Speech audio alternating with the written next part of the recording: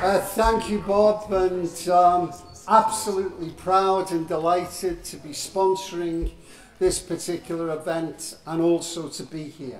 I also want to thank all of you. What a fantastic turnout. Once again, the Morning Star Rally is always, if not the biggest, certainly one of the biggest at conference. And a huge big thank you for you to be here because, of course, at Labour Party conferences, there are lots and lots of fringe meetings competing with one another. I should know, I've done one, I've got another 4 to do tonight. But I did want to come in here to say a huge thank you to the Morning Star, the only paper that consistently supports trade unions, the only newspaper that consistently reports on disputes and strikes and tells the truth about them, rather than the distortion that working people, and especially those on strike, have to read in the popular press. And without the Morning Star, we would struggle on many occasions to get that message across. Dave Ward, who I am delighted to call my friend and my comrade, has pointed out what we are trying to do together. And to be honest with you, one of the themes of my fringe meetings tonight and tomorrow is to talk about working together, is to talk about unity. Because 4 years ago, something happened that changed British politics forever. And that is a decent man and a genuine socialist was elected leader of the Labour Party.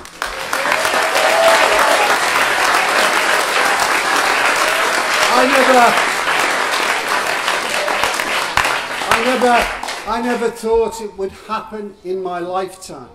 But Jeremy was elected and has done a number of things. You might recall that before he was elected, the Labour Party was an austerity party. Austerity light, whatever that meant. The reality is, in a very short space of time, he completely reversed that. We never heard anyone talking about pro-austerity anymore in the Labour Party. And of course now, even the Tories are telling us that austerity is over. And Jeremy Corbyn achieved that in a very short space of time because he inspired people. We became the largest political party in Western Europe. The largest political party, drawing in hundreds of thousands of new members, lots of young people with an energy in them that actually began to transform politics itself. And of course, right throughout that period, Jeremy has had to be incredibly strong in resisting the attacks on him. Not only the despicable attacks every single day in the Daily Mail and the other papers. I won't mention that oh no, I can't swear. No, John's told me I can't swear, so no swearing. But you know the paper I mean. The reality is, a weaker individual would have cracked under that pressure. Not Jeremy. He's one of the strongest men I know.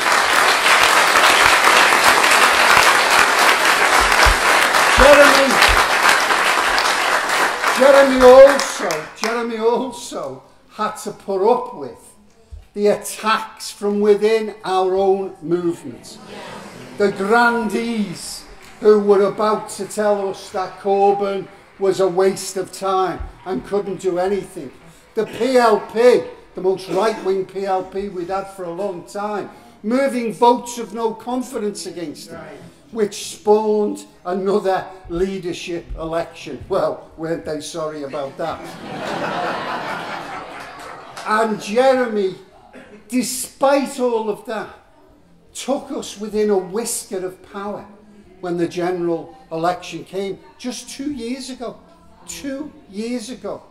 People, commentators said that if this election had have gone on for another fortnight, Jeremy Corbyn would have been Prime Minister. I often think to myself, if he'd have had the support that he should have from the Parliamentary Labour Party.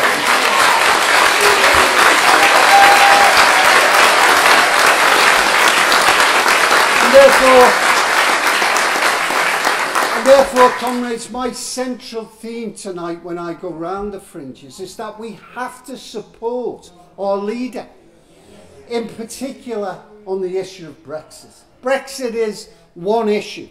The media, the right wing, the Tories, would like the next general election to be about Brexit, when in actual fact there is a whole host of other issues that affect working people day in, day out. The president of my union, Tony Woodhouse, often says whether we're in or out of Europe makes no difference. If we still have a Tory government, nothing will change for working people.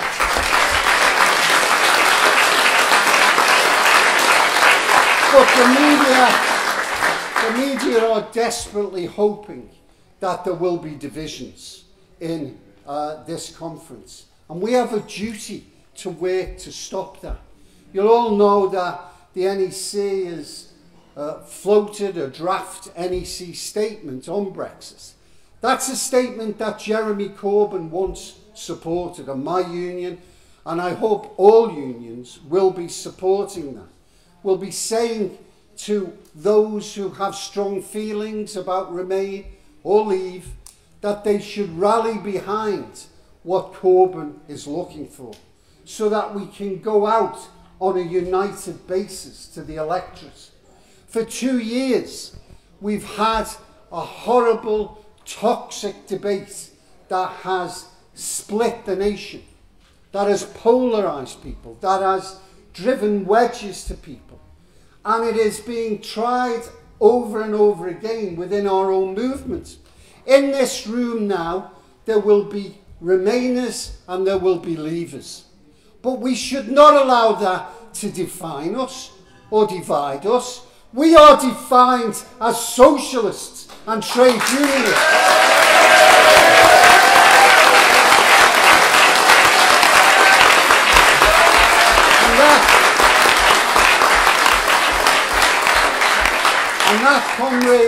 And that, comrades, is our duty this week, to speak to comrades, not to attack them because they have a view here or a view there, but to try and persuade them that unity is crystal clear, needed to go into an election.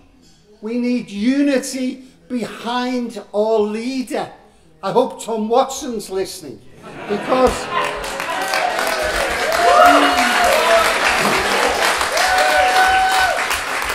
I don't want to make this about Tom, I genuinely don't, but I was asked before about all the hullabaloo. The truth of the matter is that a deputy leader in any organisation, the prime reason and role is to support the leader.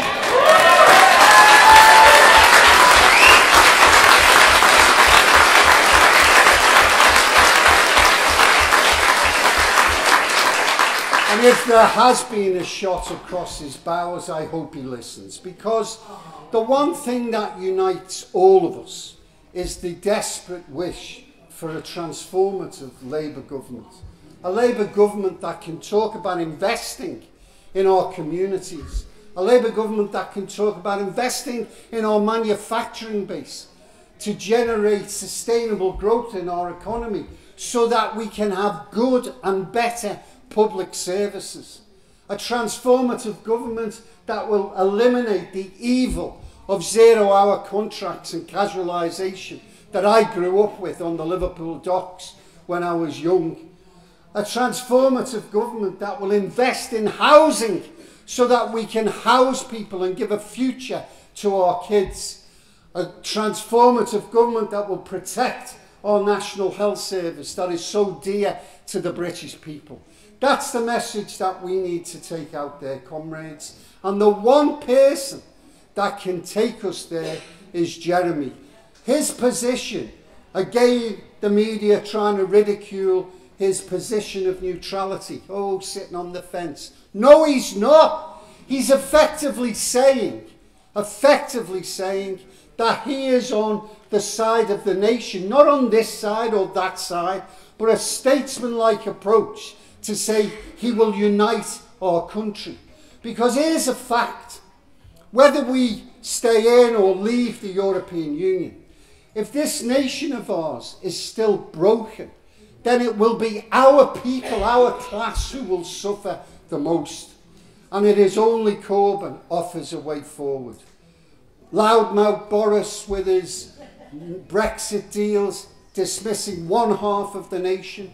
Jo Swinson, what a joke she is, dismissing the other half of the nation. It'd be interesting to ask her definition of liberal and democrat.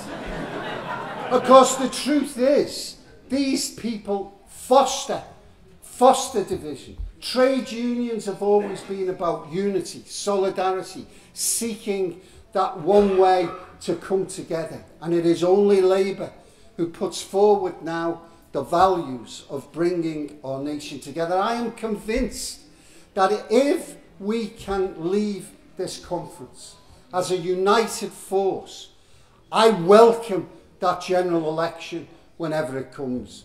I haven't forgotten about 2 years ago, the people who flocked to see Corbyn, queuing up for hours in the rain just to see it. I've never seen anything like it. I've been a member of the Labour Party now for a long time, nearly 50 years. I've never witnessed anything like it in my life. And when we get back out there, then that is what we'll see again. And so I say about the differences of views between CLPs, the one thing that unites all the CLPs is that they support Jeremy Corbyn. That's a message that if it goes from here, I'm confident that we will be successful and we will transform Britain for good and decent and honourable people, and that the Morning Star will play its role in that. Thanks for listening to me.